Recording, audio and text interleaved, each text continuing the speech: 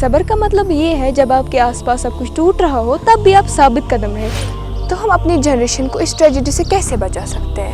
اگر آپ ذہنی دباؤ یا مایوسی کا شکار ہے تو خود کو اکیلا نہ کرے، کسی قابل اعتبار دوست، گھر والے یا طبیب سے بات کرے۔ ہم خودکشی کے خیالات کو کیسے روک سکتے ہیں؟ اسلام میں خودکشی کے خیالات کو روکنے اور ان سے بچنے کے لیے بہت سے طریقے بیان کیے گئے ہیں۔ اس طرح کے شیطانی خیالات سے بچنے کے لیے تعوذ پڑھنے اور اپنا دھیان کسی دوسری طرف لگانے کی ہدایت ہے۔ کیا اس کا علاج کروانا جائز ہے؟ اسلام ہمیں زندگی کی سب سے ترین لمحات کا سامنا کرنے کے لیے 2 بنیادی اصول سکھاتا ہے۔ پہلا، صبر۔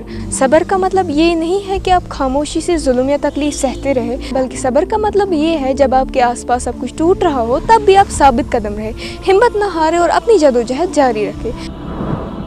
دوسرا، توکل۔ ایک انسان ہونے کے ناطے آپ کا کام پوری ایمانداری سے کام کرنا ہے۔ اس کا آخری نتیجہ، کامیابی اور وقت صرف اللہ کے ہاتھ میں ہے۔ تو ہم اپنی جنریشن کو اس ٹریجڈی سے کیسے بچا سکتے ہیں؟ پہلی بات، ہمیں کامیابی کے معنی بدلنے ہوں گے۔ ہمارے پیرنٹس اور ٹیچرز کو چاہیے کہ وہ ایگزام اور جاب کو زندگی اور موت کا مسئلہ بنانا بند کرے۔ پیرنٹس کو اپنے بچوں کو بتانا ہوگا کہ ان کی زندگی کسی بھی نتیجے یا ڈگری سے کہیں زیادہ قیمتی ہے۔ دوسری بات، ہمیں خاموشی توڑنی ہوگی۔ اگر آپ ذہنی دباؤ یا مایوسی کا شکار ہے تو خود کو اکیلا نہ کرے، کسی قابل اعتبار دوست، گھر والے یا طبیب سے بات کرے۔ یاد رکھیں کہ اپنی تکلیف بیان کرنا کوئی کمزوری نہیں ہے۔ تیسری بات، ایک دوسرے کا سہارا بنے۔ اگر آپ کا کوئی دوست خاموش رہنے لگے یا خود کو سب سے الگ تھلگ کر لے تو اس سے بات کرے۔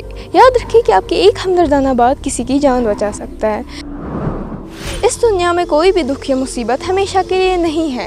اگر آپ سانس لے رہے ہیں تو آپ کی کہانی ابھی ختم نہیں ہوئی۔ صبر رکھے، آگے بڑھتے رہے، and remember فَإِنَّ مَعَ الْعُسْرِ يُسْرًا Indeed with hardship comes ease۔ ہم خودکشی کے خیالات کو کیسے روک سکتے ہیں؟ اسلام میں خودکشی کے خیالات کو روکنے اور ان سے بچنے کے لیے بہت سے طریقے بیان کیے گئے ہیں۔ جب کوئی انسان انتہائی ذہنی تکلیف یا مایوسی سے گزرتا ہے تو اسلام اسے صبر کرو کہہ کر نہیں چھوڑتا، بلکہ اس کی ذہنی حالات کو سمجھتے ہوئے روحانی اور عملی رہنمائی دیتا ہے۔ رب کی رحمت پر یقین کرے۔ اسلام میں سب سے بڑا سہارا یہ یقین ہے کہ اللہ کی رحمت ہر چیز پر حاوی ہے۔ مایوسی شیطان کا سب سے بڑا ہتھیار مانا گیا ہے جو انسان کو اکیلے پن اور خودکشی کی طرف دھکیلتا ہے۔ خودکشی کا خیال تب آتا ہے جب انسان کو لگتا ہے کہ تکلیف اس کے برداشت سے باہر ہو گئی ہے۔